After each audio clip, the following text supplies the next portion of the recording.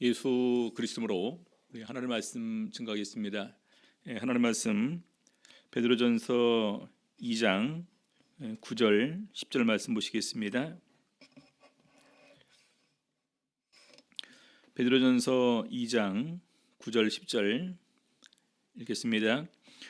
오직 너희는 택하신 족속이요 왕같은 제사장들이요 거룩한 나라요 그의 소유된 백성이니 이는 너희를 어두운 데서 불러내어 그의 기이한 빛에 들어가게 하신 자의 아름다운 덕을 선전하게 하려 하심이라.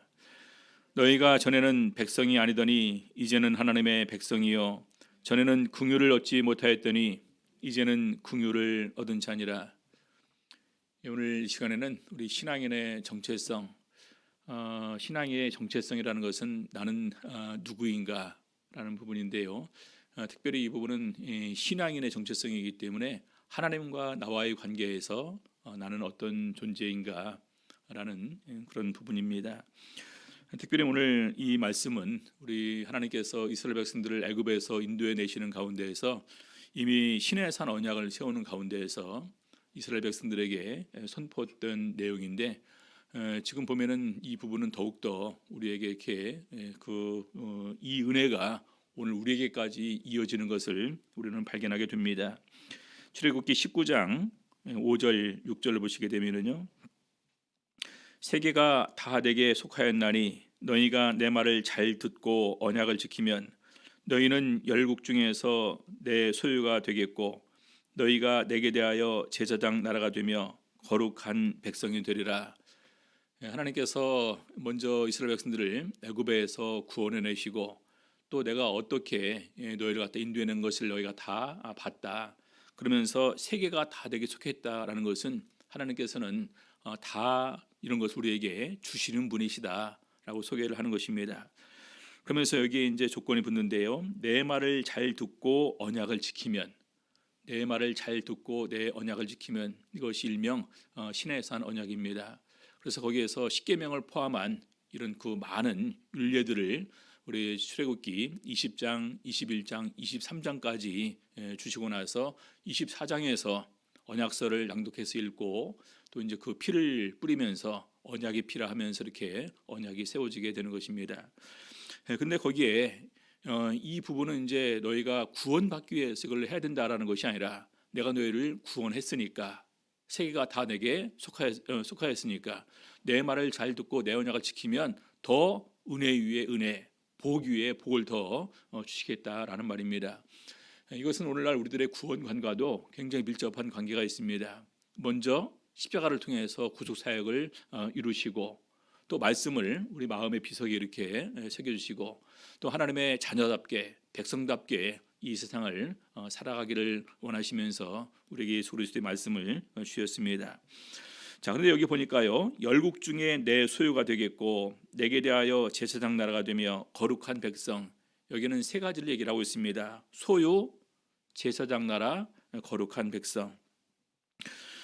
근데 이제 우리 베드로전서 2장 9절에 보게 되면요, 좀 차이가 있죠. 택하신 족속, 택하신 족속이 여기 하나 이렇게 포함이 되고요. 그 다음에 제사장인데 여기는 왕 같은 제사장들이요. 그 다음에 이제 거룩한 나라. 우리 출애굽기에는 제사장 나라인데 왕 같은 제사장들이랑 거룩한 나라 이것을 구분을 합니다. 그리고 나서 그의 소유된 백성, 소유와 백성을 같이 통합해서 그의 소유된 백성이니 이렇게 얘기를 합니다.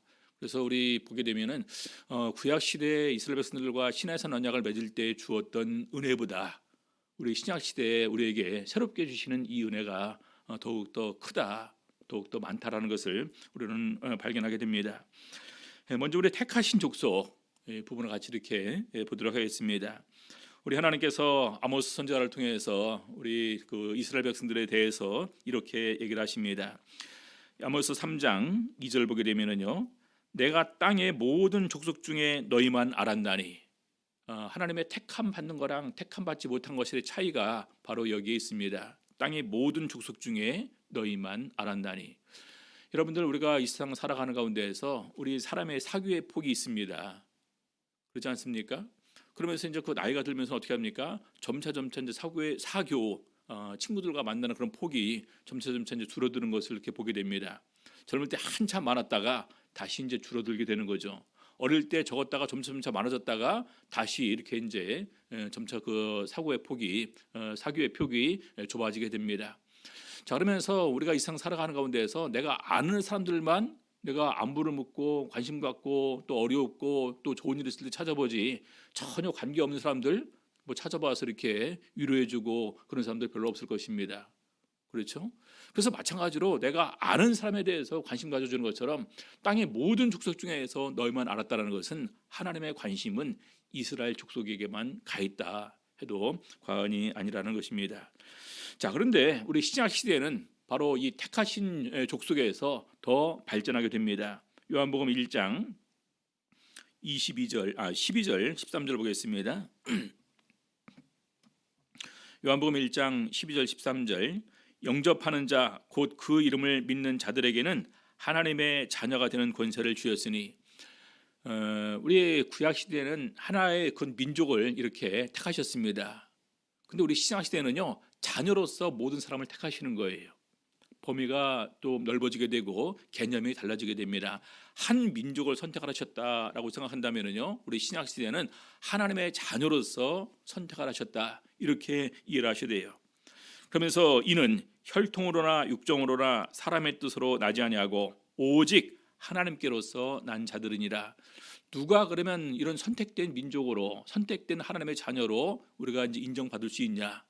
하나님의 뜻으로 난 자만이, 하나님께로서 난 자만이 그 자녀로 인정을 받을 수 있다는 것입니다. 우리가 어떻게 해야지 하나님의 자녀로 거듭날 수 있을까요? 일단 예수 그리스도를 믿고 예수 그리스도의 복음을 순종하고 우리에게 주신 말씀대로 죄 사함 받고 그 다음에 성령을 선물로 받게 될 때 우리는 하나님의 자녀로 인정을 받게 됩니다.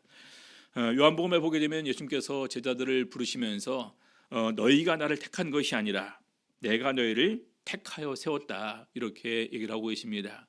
자, 그런데 바로 이러한 것들이 아주 오래전부터 창세 전에 천지 만물을 창조하시기 전에 이미 이런 모든 계획이 하나님의 구속적인 이런 사적인 계획에서 이것이 포함되어 있었다라는 것입니다.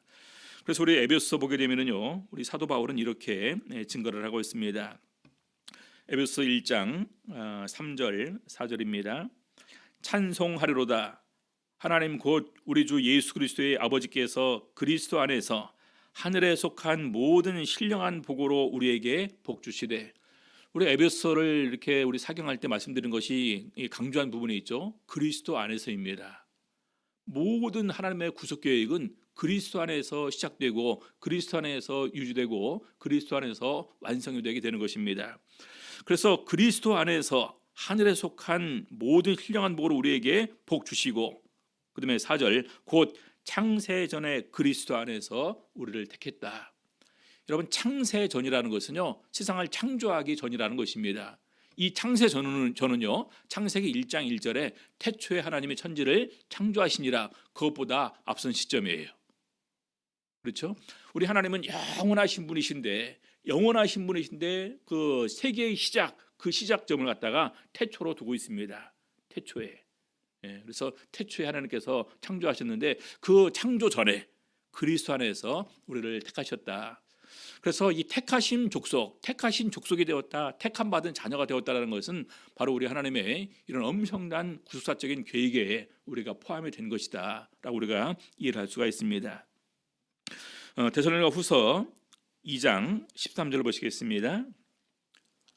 데살로니가후서 2장 13절 주의 사랑하시는 형제들아, 우리가 항상 너희를 위하여 마땅히 하나님께 감사할 것은 하나님이 처음부터 너희를 택하사 성령의 거룩하게 하심과 진리를 믿음으로 구원을 얻게 하심이니. 그래서 우리 데살로니가 교회 성도들이 구원받게 된 것이 바로 하나님의 택하심을 통해서 그들이 구원받게 된 것이다. 그리고 성령의 거룩하게 하심과 진리를 믿음으로 그들이 이 택하심 안에서 구원을 받게 되었다는 것입니다. 그래서 제일 첫 번째 우리가 기억할 것은 우리는 택함 받은 존재다. 택하신, 우리 이제 그 구약 시대가 택하신 족속이라면 우리 신약 시대에는 택함 받은 자녀입니다. 택함 받은 자녀로서 구원 얻을 후사입니다. 그래서 어떻게 보면 이 구약 시대에 한 족속에게만 국한되었던 것이 이제는 이런 그 모든 인류가 대상이 된 가운데에서 우리는 그 가운데에서 이렇게 택함을 받은 존재들입니다. 자, 두 번째는요, 왕 같은 제사장입니다. 왕 같은 제사장. 우리 성도님들, 제사장의 가장 그 좋은 특권은 뭐냐면은요, 우리 성막을 지으면서 그 다음에 제사장에 대한 규례를 주십니다. 성막은 세 가지 중요한 부분이 있죠. 하나는 하나님께서 거하시는 장소입니다. 그렇죠? 내가 거할 성소, 그리고 거기서 내가 너와 만나는 장소고요. 그리고 그 다음에는 내가 너에게 이스라엘 백성들에게 이를 말을 주시겠다. 그래서 하나님께서 계신 곳, 하나님과 만나고 하나님의 말씀을 듣는 곳입니다. 자, 그런데 구약 시대에 아무나 지성소까지 들어갈 수가 없어요. 지성소까지 들어가는 것은 오직 대제사장이 1년에 한 번씩 대속죄일에만 지성소까지 들어가게 됩니다. 그렇죠? 그래서 하나님께 나가고 하나님과 만나고 또 하나님의 말씀을 듣는 특권이 누구에게 있냐? 제사장에게 있습니다. 그렇죠? 제사장. 자, 그런데 오늘 예수님께서 바로 우리 모든 사람들을 제사장으로 삼아주심을 통해서 어느 누구나 아버지께로 나올 수 있는 길을 우리를 위해서 열어주셨다라는 것입니다. 그래서 우리 요한복음 14장 6절 보게 되면은요, 예수께서 가라사대 내가 곧 길이요 진리요 생명이니 나로 말미암지 않고는 아버지께로 올 자가 없느니라. 예수 그리스도를 통해서만 우리가 하나님 아버지께 나갈 수 있습니다. 예수님께서 십자가에 달려 돌아가실 때 성전의 그 휘장이 위로부터 아래까지 찢겨졌습니다. 그래서 히브리서에서는 말하기를 이 휘장은 곧 저의 육체니라. 그래서 우리가 예수 그리스도의 그 찢어진 육체 또 십자가에서 흘리신 그 보혈의 피를 힘입어서 우리가 직접 하나님 앞에 나가서 하나님과 만나고 말씀을 들을 수 있는 이런 은혜가 우리 각자에게 이렇게 허락이 되었습니다. 그래서 우리 히브리서 4장 16절을 보게 되면은요, 그러므로 우리가 긍휼하심을 받고 때를 따라 돕는 은혜를 얻기 위하여 은혜의 보좌 앞에 담대히 나아갈 것이니라. 은혜의 보좌 앞에 담대히 나아갈 것이니라. 자, 그런데 여기에 우리 신약 시대에는 또 하나가 붙습니다. 아까 우리 그 민족에서 그렇죠? 민족에서 하나님의 자녀로 이렇게 또 이제 은혜가 더욱더 더 넓어지고 더욱더 많아진 것처럼 역시 제사장 부분도 마찬가지예요. 앞에 뭐라고 되어 있습니까? 왕 같은 제사장, 왕 같은 제사장. 여러분, 왕은 권세가 있습니다. 왕은 또 능력이 있습니다. 그래서 이 권세와 능력을 함께 우리에게 주시겠다 말씀하시는 것인데요. 요한계시록 5장 10절을 보게 되면은요, 저희로 우리 하나님 앞에서 나라와 제사장을 삼으셨으니 저희가 땅에서 왕노릇 하리로다 하더라. 왕은요, 거칠 것이 없습니다. 왕은 승리를 상징합니다. 권세와 능력이 있으니까. 그래서 우리 사단의 모든 권세, 죄의 유혹, 또 마귀의 어떤 그런 그 포로가 되는 이런 부분을 다 물리치고 승리하는 삶을 살 수 있게 됩니다. 그래서 땅에서 왕노릇 하리라. 요한계시록 20장 6절 보게 되면은요, 이 첫째 부활에 참여하는 자들은 복이 있고 거룩하도다. 둘째 사망이 그들을 다스리는 권세가 없고 도리어 그들이 하나님과 그리스도의 제사장이 되어 하나님과 그리스도의 제사장이 되어 1000년 동안 그리스도로 더불어 왕노릇하리라. 여러분, 왕노릇하리라라는 부분이 어떤 의미가 있습니까? 예수님께서 우리에게 주신 권세를 우리도 함께 누릴 수 있다는 것입니다. 예수님께서 하신 일을 우리도 할 것이고 또한 이보다 더 큰 일도 할 것이다. 보라, 하늘과 땅의 모든 권세를 나에게 주셨으니 그러므로 너희는 가서 그것은 우리에게 똑같은 권세를 위임해 주시겠다라는 것입니다. 그래서 우리 사도행전에 보게 되면은요, 우리 베드로 사도와 사도 바울이 많은 이런 그 권능을 행하는 것을 보게 됩니다. 바로 그것이 예수님께서 우리와 함께 하심을 통해서 또 하나님의 제사장이 되어서 땅에서 왕노릇하는 그런 삶을 이렇게 묘사하고 있습니다. 자, 세 번째는요, 이 거룩한 나라입니다. 거룩한 나라. 우리 나라의 3요소를 갖다가 국민, 영토, 주권이라고 합니다. 하나님의 나라는 주권이 누가 되어 있습니까? 당연히 하나님께 있겠죠. 예수님께서 세우신 나라이기 때문에 예수님께 있겠죠. 그렇죠? 그다음에 그 영토는요? 영토는 우리 눈에 보이지 않습니다. 근데 그 하나님의 나라는 이미 우리에게 임했습니다. 그다음에 그 백성이 있어야 되겠죠. 그래서 우리의 한 사람 한 사람이 하나님의 나라를 이루는 이런 지체가 됩니다. 그래서 그걸 갖다가 좀 더 이렇게 그 작게는 우리 그 사도 바울은 교회가 예수님의 몸이고 우리는 그의 지체가 된다. 또한 교회의 머리는 예수 그리스도다. 이렇게 설명을 하고 있습니다. 그래서 우리가 이 거룩한 나라라는 거예요. 근데 하나님의 나라는 이미 우리에게 임했다라고 예수님께서 말씀을 하시고 계십니다. 마태복음 12장에 보게 되면은요, 예수님께서 귀신 들린 사람을 이렇게 쫓아냈습니다. 그러니까 예수님을 공격하고 반대하는 무리들이 뭐라고 얘기를 했냐? 저가 귀신의 왕 바알세불을 힘입어서 귀신을 내쫓은 거다. 그러니까 예수님께서 바알세불이 귀신의 왕이라면 귀신과 동료인데 왜 자기들 그 하는 일을 갖다가 방해하냐? 근데 내가 하나님의 성령을 힘입어서 귀신을 쫓아내는 것이라면 하나님의 나라가 이미 너희에게 임하였느니라. 그 말은 뭐냐면요, 이미 하나님의 주권이 미치는, 하나님의 통치권이 미치는 이 하나님의 나라가 우리에게 임했다라는 것입니다. 자, 사도행전 16장 18절 보시겠습니다.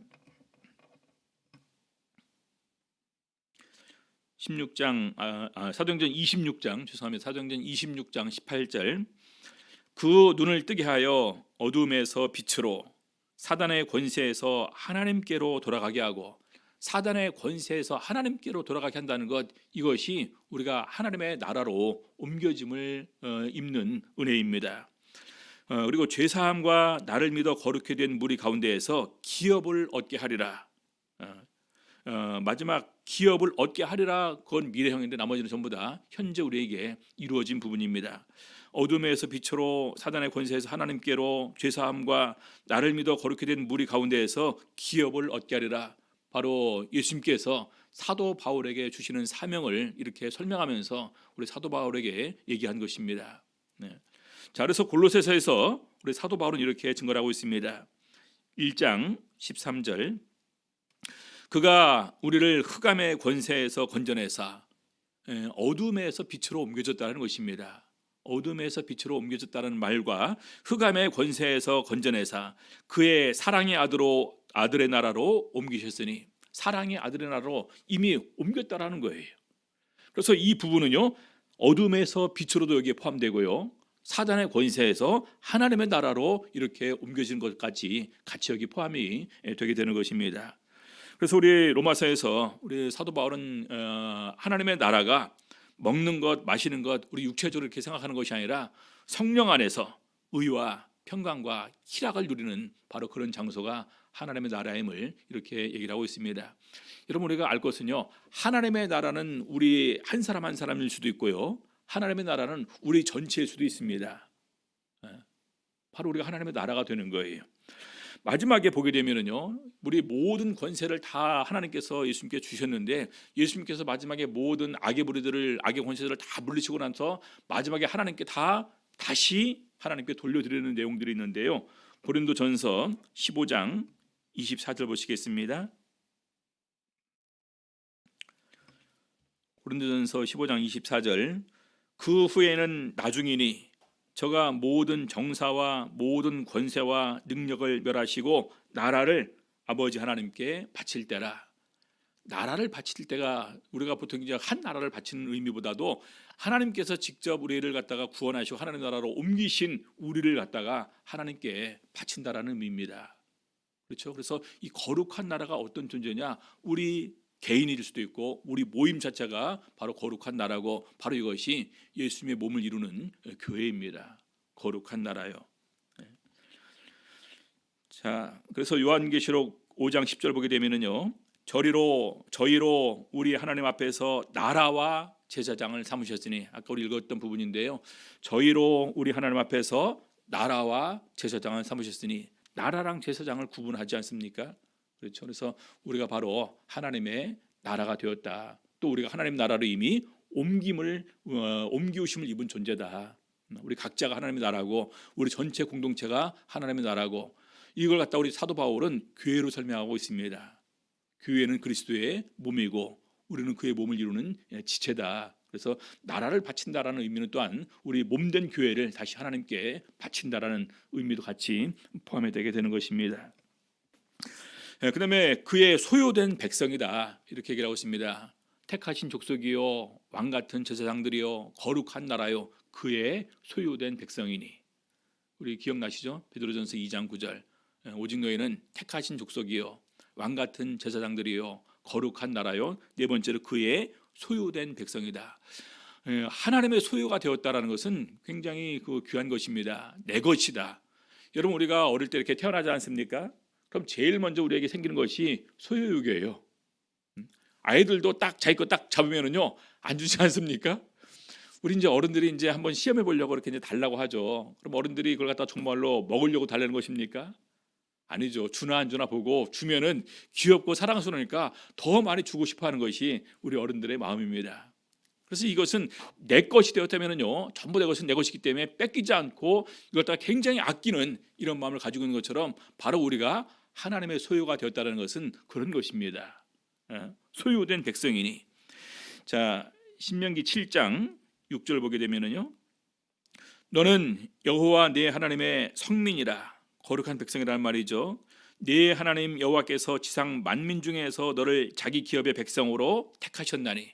우리 구약 시대에는 택하신 백성으로 이렇게 소개가 되고 있는데 우리 신약 시대 우리 사도 베드로는 이 소유된 백성, 소유와 백성을 같이 통합해서 이렇게 설명을 하고 있습니다. 바로 더 두 가지 은혜가 함께 이렇게 더해지게 된 거죠. 소유이기도 하고 하나님의 백성이 되었다.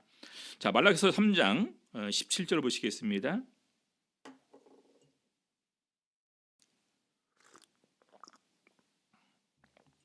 말라기 3장 17절.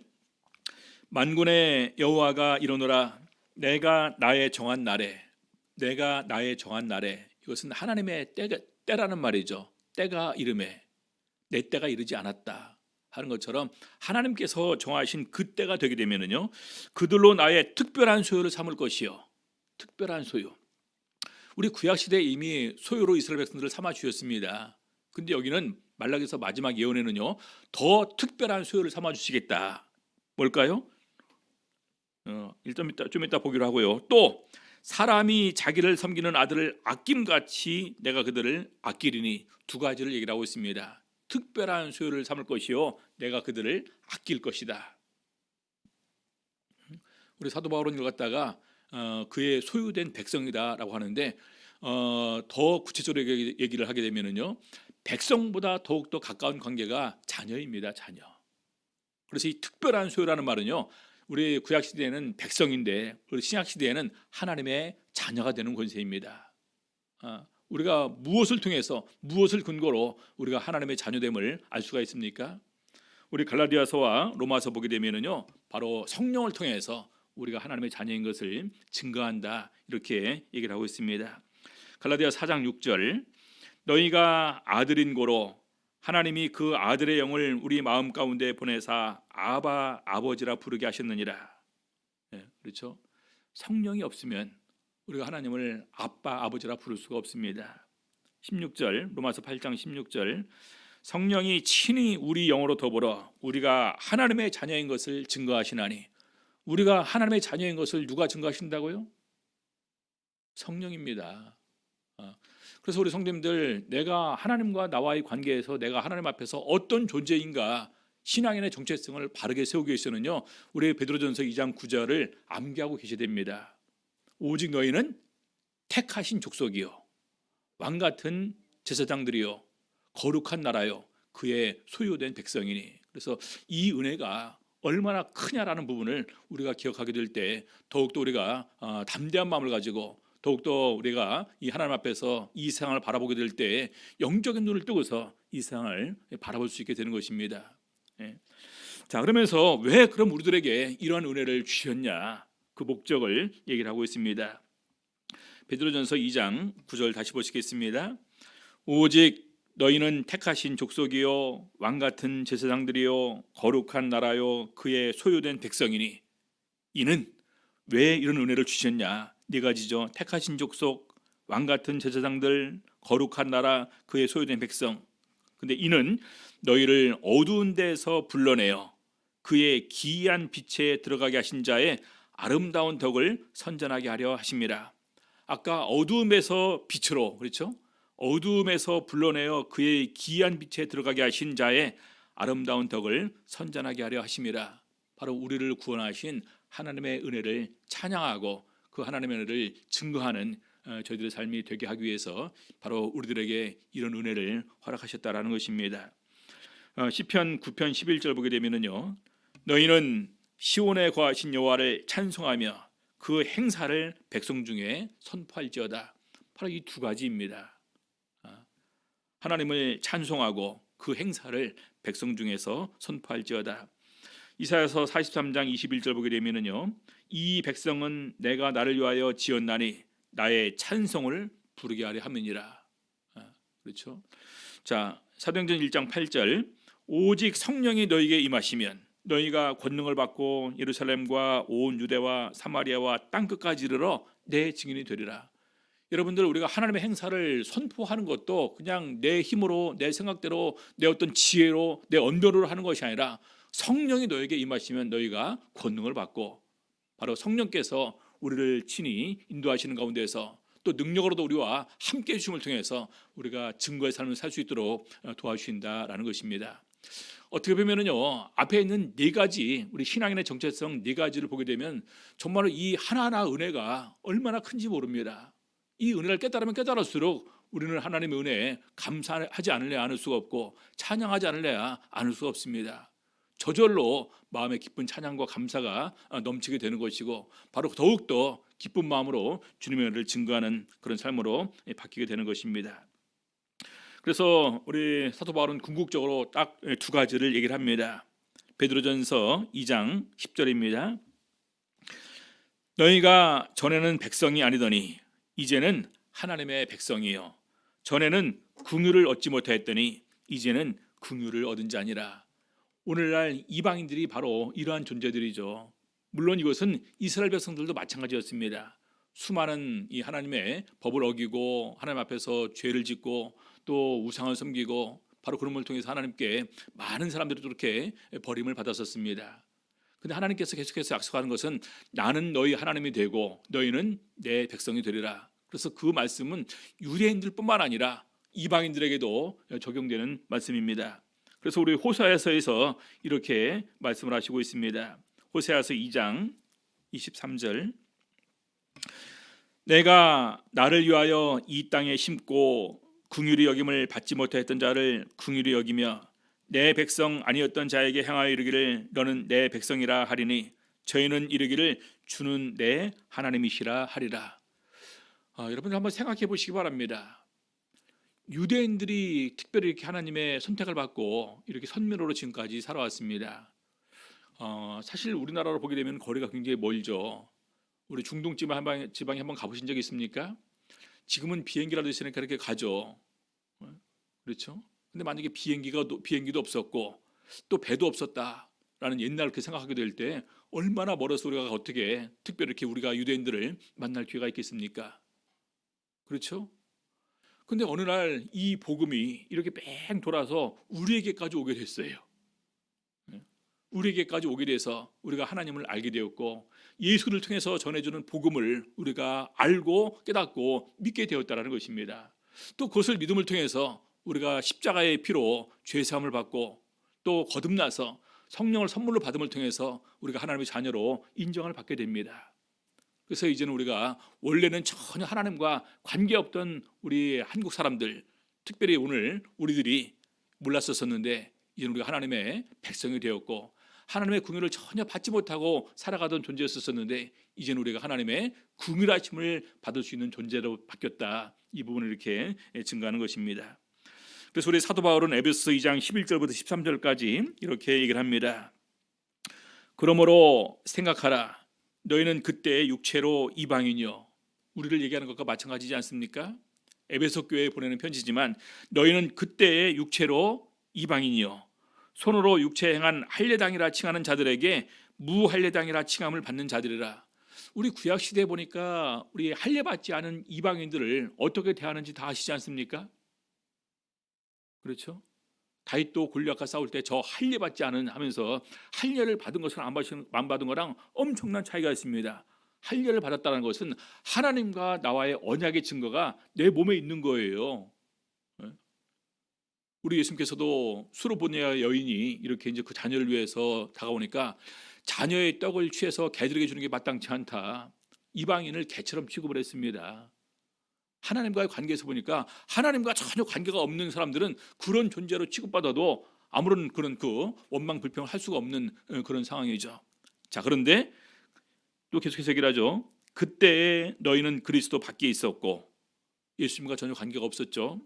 이스라엘 나라 밖의 사람이라 약속의 언약들에 대하여 외인이요 세상에서 소망이 없고 하나님도 없는 자이더니 이제는 전에 멀리 있던 너희가 그리스도 예수 안에서 그리스도의 피로 가까워졌느니라.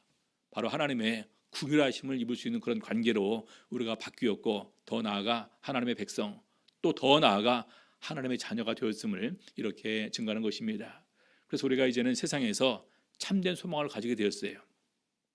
죽음으로 끝나는 것이 아니라 죽음 이후에 부활이 있고 부활 이후에 우리가 하나님의 나라에서 영원히 산다라는 것은 바로 복음의 핵심 중의 핵심입니다. 그래서 우리가 이것을 누리게 되었다는 것을 더욱더 귀하게 생각하는 가운데에서 이 세상 우리가 잠깐 왔다가 이렇게 가는 것 아니겠습니까? 지금 확진자가 거의 1억 명이 된다고 그러죠. 1억 명. 사망자가 이미 200만 명을 넘어섰습니다. 여러분 200만 명이면 엄청나게 죽은 거예요. 근데 과연 그런 가운데서 우리가 하늘나라 가서 사는 것을 또 영생을 누리는 것을 알면서 가는 사람이 과연 몇이나 될까? 너무나 많은 사람들이 소망 없이 와서 살다가 이런 죽는 경우도 있습니다. 독일에서 어떤 우리 90세 우리 할머니는 바로 이제 그 백신을 맞고 1시간 후에 세상을 떠나셨다고 그러시더라고요.